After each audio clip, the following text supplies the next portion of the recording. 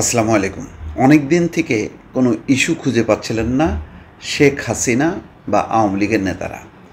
এখন একটা ইস্যু পাওয়া গেল, সেটা হচ্ছে গোপালগঞ্জ। গোপালগঞ্জ মনে হচ্ছে যেন তাদের ভাগ্য খুলে দিয়েছে বা কপাল খুলে দিয়েছে যেটা বলে।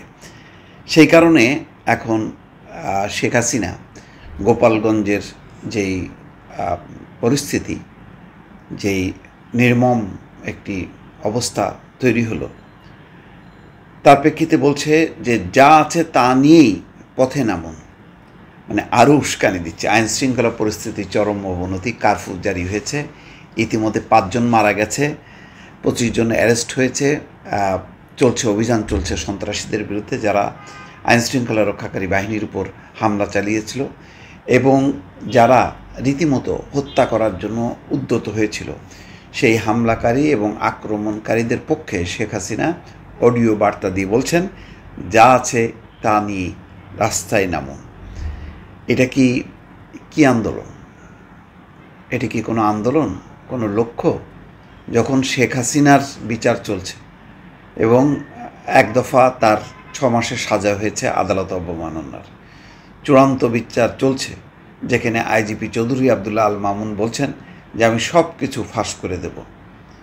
শেখ হাসিনা, আসাদুজ্জামান খান কামাল এবং চৌধুরী আবদুল্লাহ আল মামুন তার সাবেক আইজিপি, তিনি বলছেন সব ফাঁস করে দেব এবং তিনি রাজসাক্ষী হচ্ছেন। জাতি অপেক্ষা করছে যে শেখ হাসিনা কাকে কিভাবে কি নির্দেশ দিয়েছেন তার বিস্তারিত জানার জন্য। ঠিক সেই সময় গোপালগঞ্জের এই ঘটনাটা তাদের মনে হচ্ছে যে মুখে হাসি ফুটল, অথচ সেখানে কি মর্মান্তিক পরিস্থিতি। হামলা করতে যেয়ে সেই হামলাকারী ৫ জন নিহত হয়েছে, আরও অনেকে আহত হয়েছে, এখনও চলছে ধরপাকড়। একটা রক্তক্ষয়ী সংঘর্ষ, যেটার কোনো প্রয়োজন ছিল না, সেরকম সংঘাতে জড়ানোর পর সেই জনগোষ্ঠীকে আবার তিনি উস্কানি দিচ্ছেন, বলছেন যার যা হাতে আছে তা নিয়ে নেমে পড়ুন এবং প্রতিরোধের ডাক দিয়েছেন। বলছেন যে প্রতিরোধ গড়ে তুলতে যা আছে তা নিয়েই এখন পথে নেমে পড়ুন, ঘরে বসে থাকার সময় নেই। গোপালগঞ্জের ঘটনার তদন্তের জন্য ইতিমধ্যে তদন্ত কমিটি হয়েছে পরিস্থিতি, এবং তিনি দাবি করছেন যে গোপালগঞ্জে এনসিপি গণ্ডগোল করেছে। এনসিপি নাকি গণ্ডগোল করেছে? আচ্ছা, ১৫ জনের গুলি লেগেছে, ৭ জন নিহত।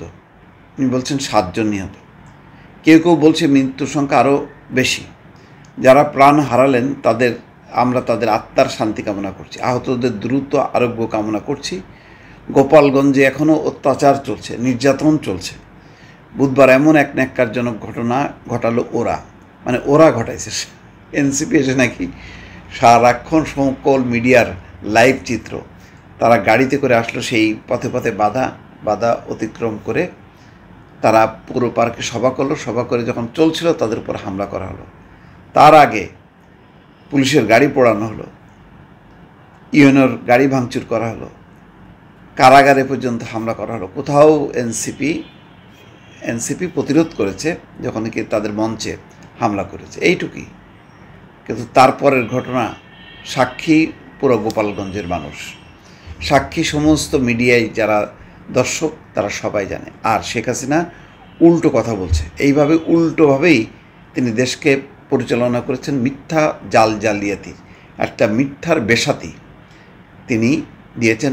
প্রতিবার যখন নাকি ভোট হয়নি, বলছেন যে জনগণ নাকি ভোট দিয়ে বারবার তাকে ক্ষমতায় পাঠাইছে। এইরকম ১৫ বছর মিথ্যার পাহাড়ের উপরে বসে থেকেও এখনও সেই মিথ্যাচার করে যাচ্ছেন। বলছেন যে আমি এর তীব্র প্রতিবাদ জানাচ্ছি, প্রতিবাদ এবং প্রতিরোধ গড়ে তোলার জন্য দেশের মানুষের কাছে আহ্বান জানাচ্ছি। ঘরে বসে থাকার সময় নেই, যা আছে তা নিয়ে এখন পথে নামতে হবে, এদের হাত থেকে দেশকে মুক্ত করতে হবে। চিন্তা করেন, মানে উস্কানি দিচ্ছে উনি, ওনার পুরো পরিবার নাই, তার রক্তের শেখ বংশের কেউ নাই বাংলাদেশে, সব নিয়ে চলে গেছে বাইরে। এখন উনি গোপালগঞ্জের মানুষকে উস্কানি দিচ্ছেন। হ্যাঁ, ভালো, অন্তত এইসবগুলি যদি একটু ঘিলুতে ঢোকে আর কি, বুঝতে পারবে যে তাদের নেত্রী কে ছিল আর কেমন প্রধানমন্ত্রী উনি। এইটার কোনো দায়িত্বশীল কথাবার্তা হলো? ভালো থাকবেন। আল্লাহ হাফেজ।